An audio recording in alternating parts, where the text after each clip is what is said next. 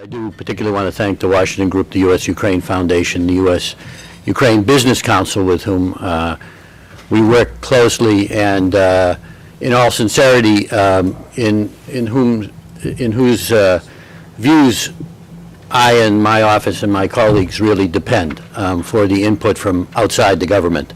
It's extremely important, not only, and it was extremely important in the run-up to the recently completed Strategic Partnership Commission, and it's important throughout the year. So please keep telling us what you think we should be doing as opposed to what we are doing. I hope that there's some similarity between the between the two, and also in speaking up in Ukraine, obviously.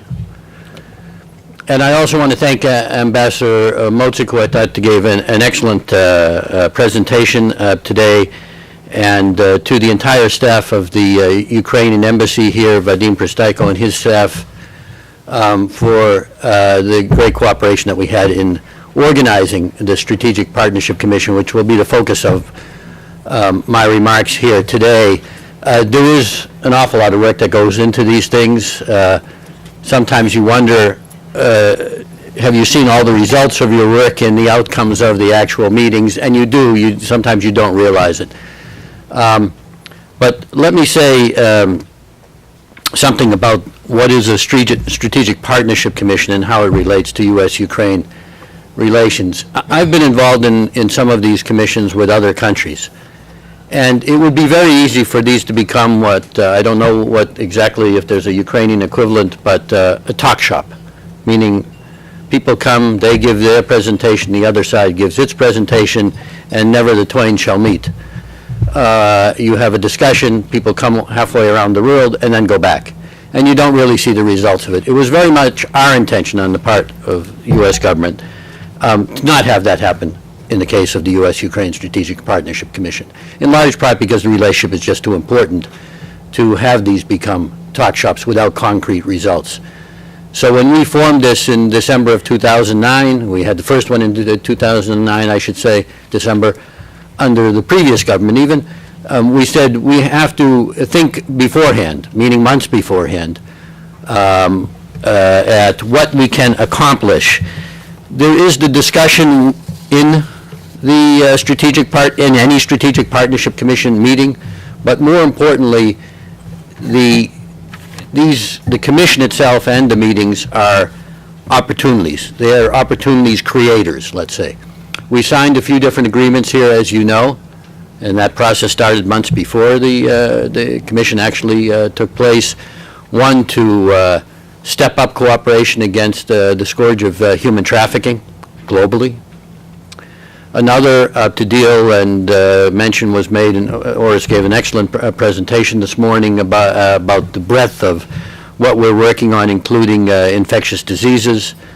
We had an agreement signed in the embassy on HIV/AIDS.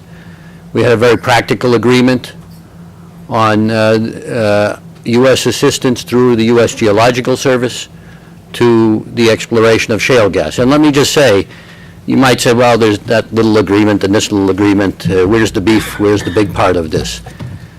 If you look at any of them, but let's just take the shale gas initiative, there are two things going on here, and I want to make sure that you understand and you know that there are two things going on here. One is the immediate, that I think everyone in this room would agree that it is in Ukraine's interest to become more independent regarding its energy resources. President Yanukovych talked about this, I think, even during the campaign, never mind afterwards. And it's something to which we fully subscribe. So this will help find out and be able to tell potential investors what is there, what resources are in Ukraine potentially to be exploited. And of course, there are all the environmental considerations that go along with this. So these are not done deals. But you have to start with knowing what the universe of the resources are, otherwise investors will not get interested. And so this will help do that. It's at the expense of the U.S. government, but we're happy to do it. But the other part of it is how this is done. And this is where the shale gas agreement is more than just a shale gas agreement. The U.S. Geological Service does not undertake such things anywhere in the world unless the results of what they do are known publicly, made available to public, made available to all investors, so that anybody who's interested in the subject has access to the same information.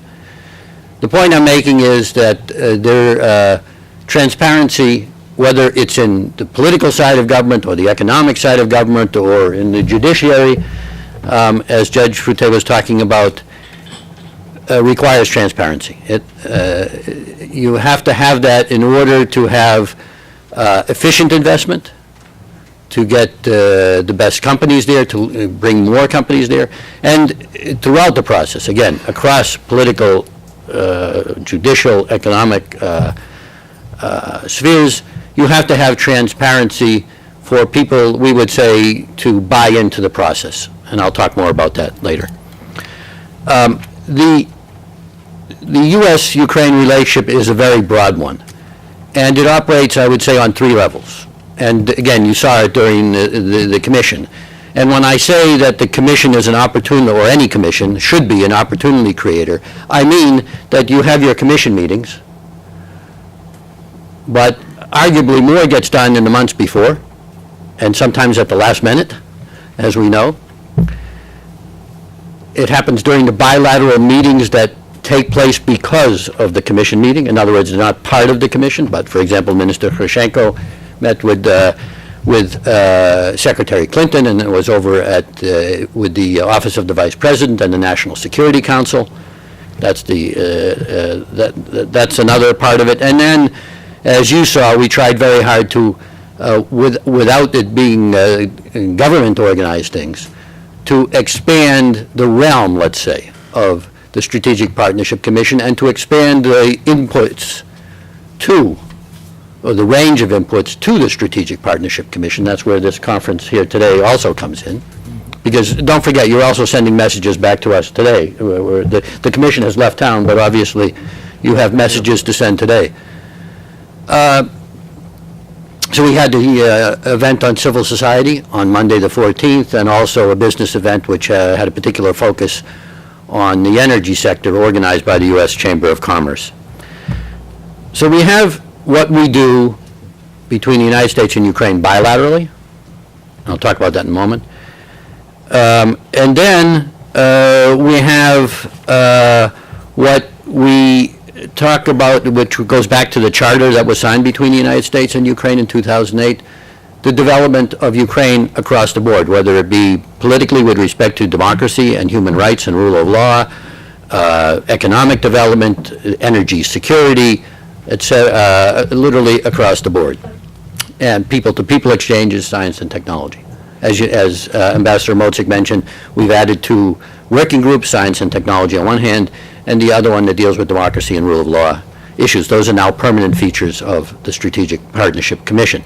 I hope that the tradition of having these parallel events, or whatever you want to call them, organized by non-governmental people will continue, meaning at the next one next to Strategic Partnership Commission in Ukraine as well, that they will become a permanent feature. Certainly the issues that they cover it's absolutely necessary to keep in front of the Strategic Partnership Commission.